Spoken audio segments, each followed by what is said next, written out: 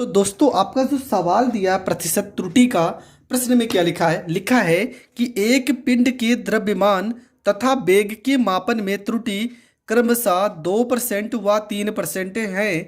पिंड की गतिज ऊर्जा के मापन में अधिकतम त्रुटि ज्ञात कीजिए। ठीक है, क्या लिखा है प्रश्न में? पिंड के द्रव्यमान तथा वेग। तो पिंड का द्रव्यमान दिया प्रश्न में। द्रव्यमान के लिए हम क्या लिखेंगे? तो द्रव्यमान के लिए लिखेंगे डेल्टा एम और बटे में एम और गुणे में आपका हो जाएगा 100।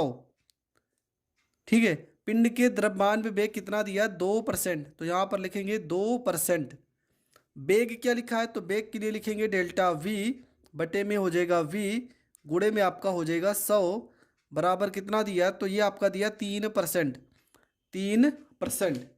फिर से देखेंगे प्रश्न में, पिंड के द्रव्यमान तो डेल्टा एम बटे एम गुणे 100 बराबर 2% और वेग में क्या लिखा है? डेल्टा वी बटे वी गुणे 100 बराबर में 3%।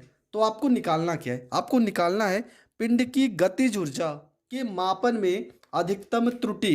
तो गतिज ऊर्जा का फार्मूला होता है के बराबर में 1/2 और यहाँ पर हो जाएगा एम और ये हो जाएगा वी का स्क्वायर। के बराबर क्या हो जाएगा? 1/2 MB का स्क्वायर। तो हम क्या लिखेंगे यहाँ पे? के के लिए लिखेंगे डेल्टा के बटे में हो जाएगा के गुणे में आपका हो जाएगा 100 बराबर 1/2 से आपको कोई मतलब नहीं है। यम को आप लिखोगे डेल्टा एम गुणे में एम हो जाएगा और यहाँ पर गुणे में 100 हो जाएगा प्लस बी स्क्वायर को आप क्या लिखोगे? तो बी स्क्वायर को आप लिखोगे 2 गुणे में डेल्टा बी बटे में वी गुणे में आपका हो जाएगा 100।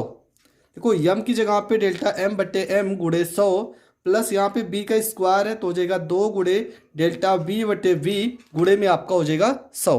तो यहाँ पर आपका जो आंसर होगा वो हो जाएगा डेल्टा के बटे में के गुणे में आपका हो गया 100 बराबर। तो यहाँ पे यम डेल्टा यम गुणे 100 की वैल्यू कितना दिया? 2%। तो यहाँ पर लिखेंगे 2% प्लस में यहाँ 2 लिखा है तो 2 लिखेंगे और v का वैल्यू कितना दिया? 3%। तो यहाँ पे 3% लिखेंगे।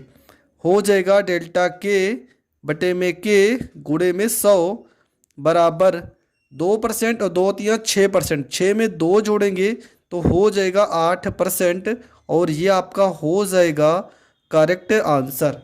तो ये प्रश्न भी आपका हो गया कंप्लीट। तो देखो इस तरह का जब भी प्रश्न आएगा तो आपको यही तरीका अपनाना है और ये आपका सबसे बेस्ट तरीका होता है। अचर पद जो भी रहेगा आपको उससे मतलब नहीं है, अचर पद को छोड़ देना है, बाकी जो भी वैल्यू रहेगी उसका आपको प्रतिशत त्रुटि निकालना होगा।